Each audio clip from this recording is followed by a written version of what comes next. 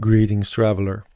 Recently, this lady approached me and she asked me if I could make for her a online ceremony game, or how I would go about making an online ceremony game or online experience.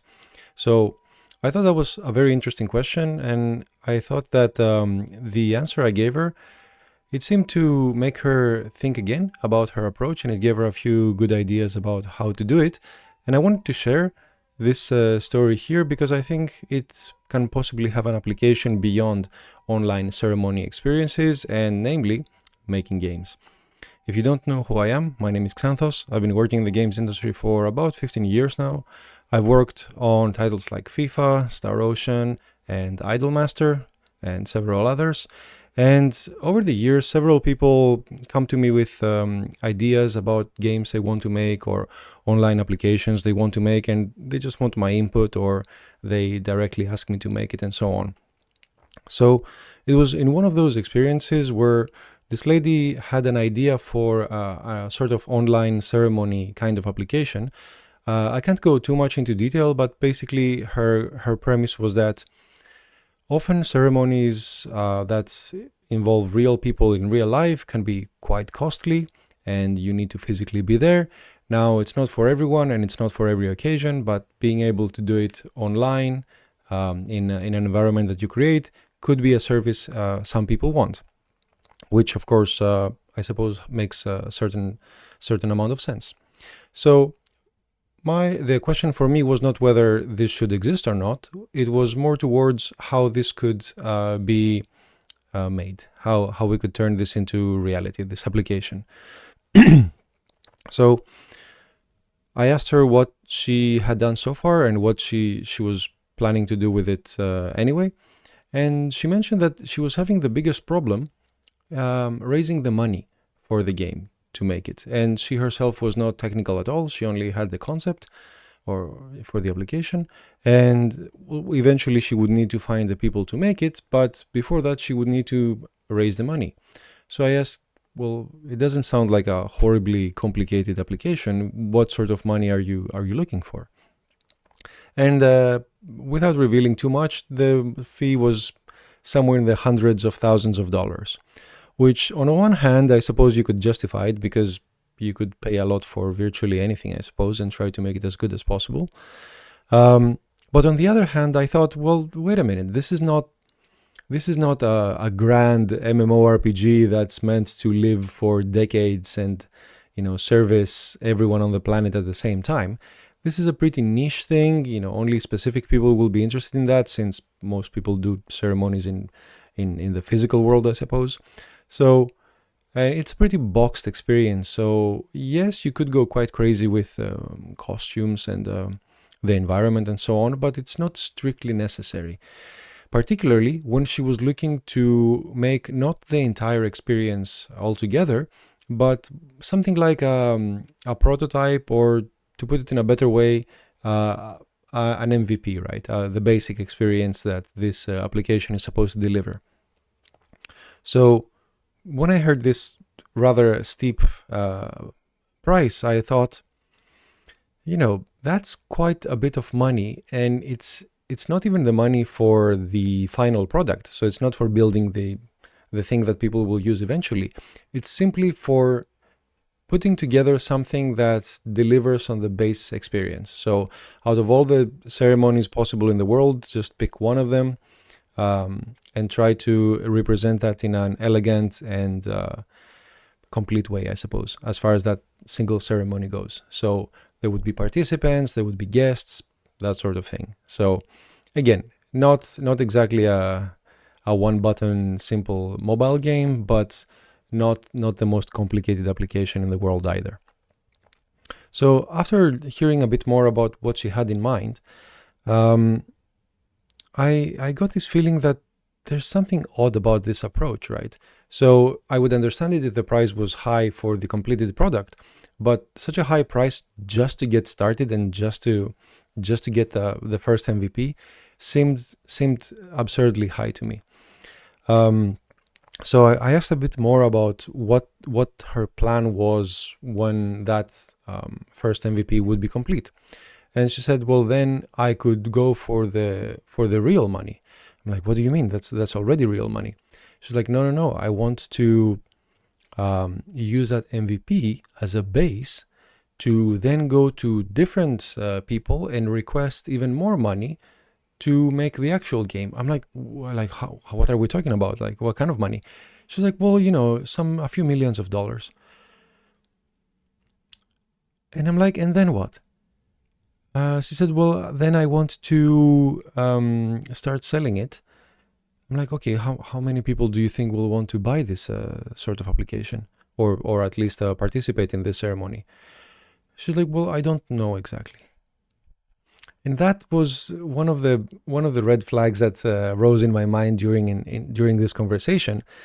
Not because it's bad necessarily, but well, if you're talking about the budget of a project or the money involved, that is usually in relation to the results you expect, right? So you want to pay, let's say, $100,000 if you believe the product will make $1 million or $10 million. You want some sort of similar to that relationship. If you want to already pay millions of dollars to serve a group of people that's maybe not as big as you think, then the relationship between the investment and the return really doesn't make sense. And if this was a passion project that you fund yourself, for fun, whatever, you can spend as much as you want. But if this is a commercial product that requires other people's money to make, then I thought that these numbers should have a slightly healthier relationship. So then we started talking about the specific features, and I was trying to figure out what exactly is absolutely necessary for this MVP version. And we quickly realized that not much is really necessary. In fact, most of the functionality she was looking for was quite similar to a chat room, perhaps with some sort of avatars in them. Again, she wanted to do some very specific things in that, but without going too much into details, nothing was very complicated or difficult to do. It was pretty standard stuff as far as chat rooms and internal spaces go. So after thinking for a while, I thought, well, her current path right now is to basically raise lots of money somehow to create a product that she doesn't really have evidence if people want. If people want to have this online experience, which I'm not saying that they don't, because I'm sure there are some people out there who would like this experience, but without having a more concrete idea about who this is for and what's the possible market size and so on, it would be hard to make a judgment on how much money it's worth spending to make it, or what's too much or too little and so on. So what I thought about next surprised me to a certain extent, and it definitely surprised her.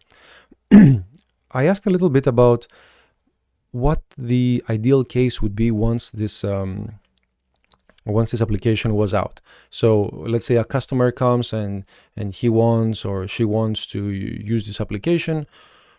What does that look like? She's like, well, they go to the web page and they sign up and they pay the fee, and then we organize the event for them, and that's what we do. I said, okay, so what kind of money are we talking about for them to pay? She's like, well, if a ceremony normally in real life costs this much, then I'm thinking a fraction of that, which, if it's an expensive ceremony, then a fraction of something expensive is still a pretty good amount of money. Without revealing what she actually had in mind, let's say, what can I say? Well, let's just say as an example, if a ceremony costs $1,000, maybe signing up for $100 or $50 or something could be acceptable by some people, or the people she was addressing. So that's the kind of relationship of normal price and digital price she had in mind. So I said, well, if everything is done and you have this application and people start signing up, this is the kind of price you expect them to pay, right? She's like, yeah. I said, okay, so what if you could start charging that price today with almost zero development? Would that be helpful to you?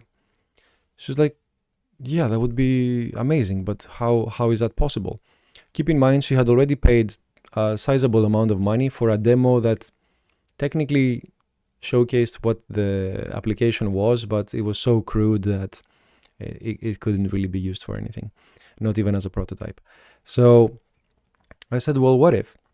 There's a number of online spaces out there, online communities, online spaces where people meet and they have an avatar, and maybe it's a game or maybe it's a social thing. There's all these things out there. Now, some of them have very basic graphics and some of them have very advanced graphics. What if you could find one of them that is closest to what you have in mind? And since basically all these applications are either free or they have a very low monthly fee, you could perhaps gain some in-game assets or some in-application assets, pay what you need to pay, obtain all the licenses and all that, and either conduct the event or the ceremony that you want yourself, or if it's already featured in that application, you don't even have to do anything. And the benefit for this is that the people that she had in mind for using this service, they don't know much about games or online applications or online chat rooms and all that stuff. They simply want to experience this thing, and for whatever reason they don't want to do that ceremony or event in real life. They simply want to do it on a digital platform. She's like, well, if I did it that way, how much would it cost? I said, well, not much at all. Most online things have a subscription in the tens or up to $50 or something, maybe $100, I don't know, depending on what service you go for. And as for additional assets, those are also in the same price range. They can cost $5, $10, I don't know, $50, $100 at most if you want something really, really well made and coveted. And she's like, well, how much development do I have to do?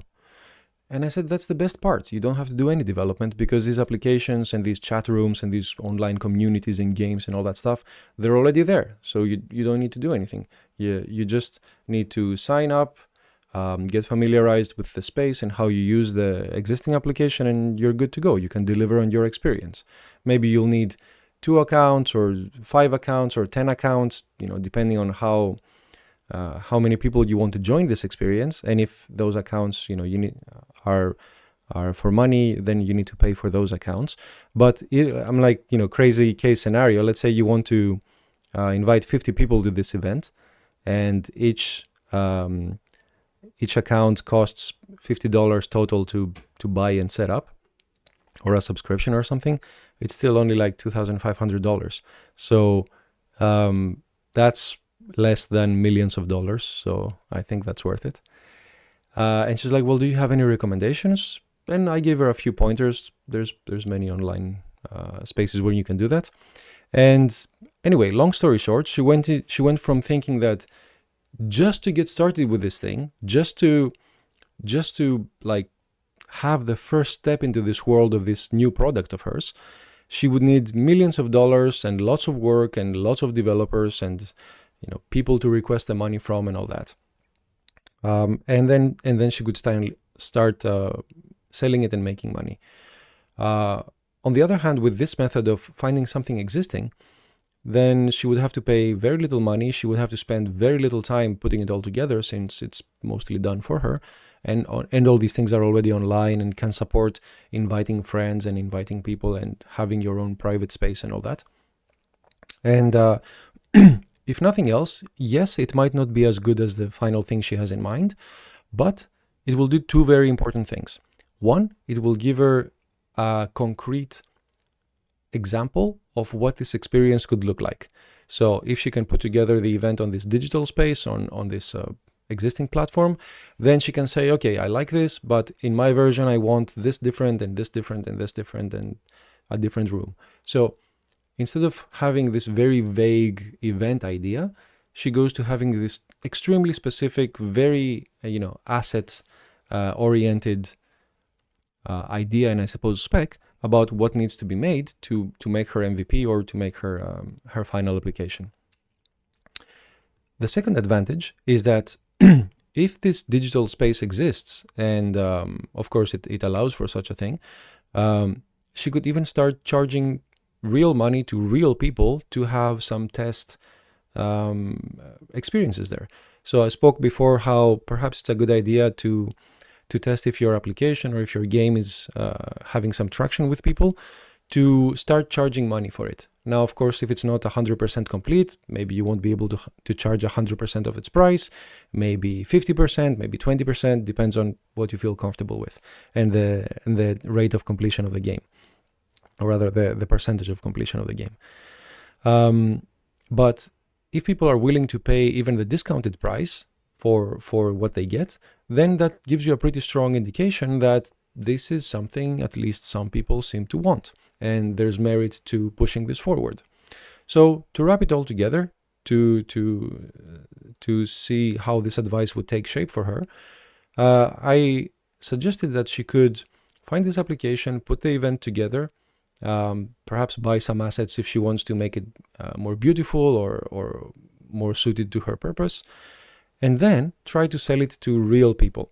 So find real people, and she said she already knew a few people already who wanted to do that, to try to sell them this even at a discounted price and see that whether they want it or not. In fact, in the beginning, it's a good idea to do it for free for the first people, just to get feedback, just to see what they didn't like and what they want to improve and so on. And once people start giving mostly positive feedback or completely positive feedback, then she can start charging her real price or a high price or whatever she wants. So anyway, the result was that she was completely unaware of this way of doing things. She didn't know that this was also a way of doing business, or more importantly, testing the idea in the real world with real people and real prices. And as soon as our meeting finished, she rushed home to start logging into online applications and so on, and testing out how she could actualize her events. Now, she sent me a message later on thanking me for showing her this different way, and that this made her approach to what she wanted to do a million times faster than what she had in mind. And the cherry on top of this is that if she starts doing this and making money, and of course, it's legal and all that to make it with the application she chose, there's no reason why in the future, after she gathers that money herself, she can't make the custom application she's dreaming of. And in fact, the cost will probably be less because she will have to spend less time experimenting, and it will just be an upgrade because she will already have a base experience that she was selling to people, and then she could just optimize it for her final product. Now, how does this relate to games? Or rather, why did this make me think that this is something we could use and perhaps should use in the games industry more? Well, in my experience, especially in bigger studios, when a new game or a new idea starts, it sort of assumes that it's going to have a massive budget. So it takes years and years and years before the game is in such a state where it can be tested and it can be presented to people. And of course, most gamers out there expect a very highly polished, excellent product to even consider checking out. And if online there's the slightest rumor that this is not as good as expected, then people think, oh, this is a horrible game, nobody should ever touch it, which I think is a bit harsh, but it is what it is. So what if instead we could test out our ideas in that way? And you might be thinking, well, I don't make events, or my game is not a social game, and so on, which is of course completely understandable. What I had in mind was, if someone is tech savvy enough, they could jump into an engine and put together a prototype with Unity or Unreal store assets or anything similar, basically. And if they're not tech savvy, then there's no reason why an existing game cannot be used just for the proof of concept. Now, I don't know if it's legal or not to sell that game. It really depends on the game. It depends on what experience you have in mind. But for the testing out the concept part, I think it's definitely necessary. So I know, for example, for a fact that several past RPGs from 10 years ago and before come with very extensive level editors and story editors and campaign editors and so on, so they can let you live out basically any story you want. You can, at the very least, move through space, talk to NPCs, learn information from them, get unlock conditions for moving to new areas and proceeding with the story and so on. So anything story-based like that can definitely work. And there's similar editors for, I suppose, racing games and all sorts of games, official editors, that is. And even if there's no official editors, there's still mods that basically let you do whatever you want with a game, right? We've heard of very famous game mods that became more famous than the original game itself, right? So if that sort of thing is possible, and lots of these mods are already published, then there's no reason we just can't download it and test it out. And if you have an idea for a crazy action game or a racing game or an RPG or a story-based game or virtually any game, I suppose, there's no reason why you couldn't test it out in this way. And so, again, the selling part really depends on what you want to sell and what the legal situation is around the thing you're experimenting with. But at the very least, trying out that new idea absolutely does not need millions of dollars and a crazy team and a crazy budget and lots of investors and stuff like that. It can be tested right away. Depending on your situation, maybe it can be sold right away as well. So if you're lucky enough to be in this situation where you can even start making some money out of that, or be paid to host an event on an online space and they're okay with it, then first of all, that can already replace your income eventually. And if it goes really well, which hopefully is the case if you believe that this is a product people would want, then that can be used to build up your war chest, which you can then use to make your grand final awesome application that completely overshadows the makeshift thing that you've been using so far to test out your dream idea. Anyway, that's the discussion we had. Those are the thoughts I had for how this can be used in a game industry context and in testing out game concepts. I hope this helps at least one other person out there. I'll be really stoked if it did. Otherwise, let me know if you have any questions about this or what specific thing you are working on and if you have used this method. And I'll be very interested to read about that. Anyway, that's it for today. Thank you so much for watching. As always, have fun.